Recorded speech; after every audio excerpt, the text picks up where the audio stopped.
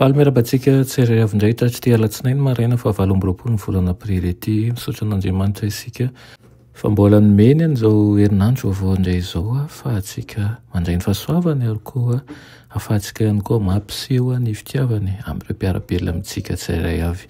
Alohan'ny handehanantsika ny mofinaina an'io dia hivavaka Tompo-panjakanay eo misaotra anao izay fa mbola nomenao tombontsoana indray, misaotra anao ihany koa ary mankasitraka ny amin'ny ataonao ny fiainanay. Irina tokoa izahay raha mba hiara-ty aminao isanandro manomboka amin'izao maraina izao. Kaoka ianao Tompo no ho masoandronay, ianao no mpitarika anay, ianao no mpampahery anay, ianao ihany koa ilay mpanitsy anay raha sendra diso lalana izay. Koa meteza ianao hiteny ao am-pony tsirairay avy aminaran'i Jesosy. Amen. Lohateny mofinainantsika androany dia manao hoe manondro ny lalana mankeo amin'i Kristy.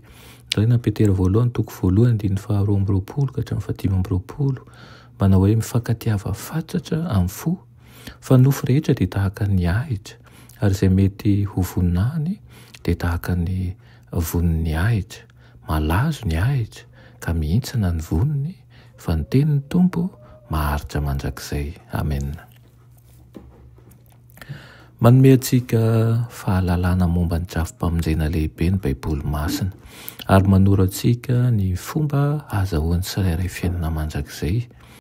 Izy ary no mpanoratra an'io boky io, i Jesosy Kristy. Izy no vavolombelona marina ary hoy izy amin'ny olony manao hoe izaho manome azy fiainana mandrakizay ka tsy ho very izy mandrakizay ary tsy hisy handrobaka azy amin'ny tanako.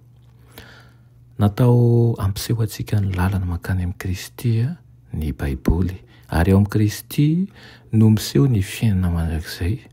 Hoy Jesosy tamin'ny Jiosy ireo vahoaka ny fanizina manodidina azy manao hoe dinio ny soratra masina.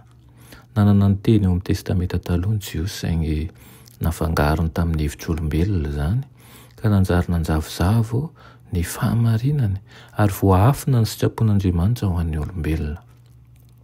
Manao tahaka azy ireo ihany koa ny mpampianatra ara-pivavahana amin'izao vanim-potoana izao. Na dia nanana soratra masina izay nanambaran'i Kristy aza ny Jiosy dia tsy nafantatra an'i Kristy tao amin'ny soratra masina izy ireo, ary na dia manana ny testameta taloha sy vaovao aza isika dia aholan'ny olona ankehitriny ny soratra masina mba hialana amin'ny fahamarinana, ary tahaka ny fomba ny fariseo no ampianarany soratra masina ka atakalony lova tsofina sy fitsipik'olombelona ny didin'Andriamanitra. Ny toritenin'i Kristy teo tendrombohitra dia nanohitra tanteraka ny fampianaran'ny mpanora-dalàna sy ny fariseo mpanamary tena. Mpitsara masika, tsy miantra, tsy mamindra fo ary tsy misy fitiavana no nanehoany an'Andriamanitra. Na nilaza ho mahalala sy mivavaka amin'Andriamanitra marina sy velona azy izy ireo dia tsy naneho azy araka ny tokony ho izy velively, ary ny toetra an'Andriamanitra araka ny hita ao amin'ny zanany dia tahaka ny loha ivy vaovao, fanomezana vaovao ho an'izao tontolo izao. Nanao ny fomba rehetra Kristy mba hamahana ny sary-diso izay napetraky Satana tao an-tsain'ny olona mba hiverina tokony fitiavan'Andriamanitra indray ny olona. Irinana izany mba hampahery anao sy hanosika anao hikasika ny fahamarinana hatrany ary mba ho iray amin'ilay mpamonjinao. Amen. Raina malalo tsara indrindra misaotra anao izay amin'izany teninao izany.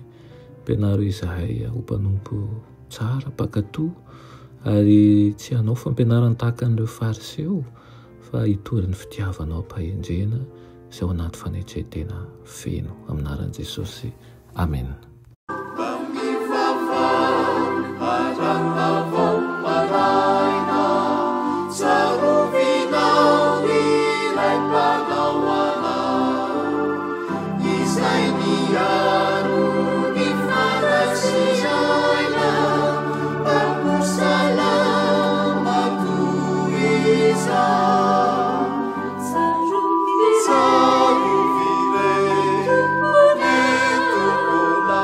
Savior.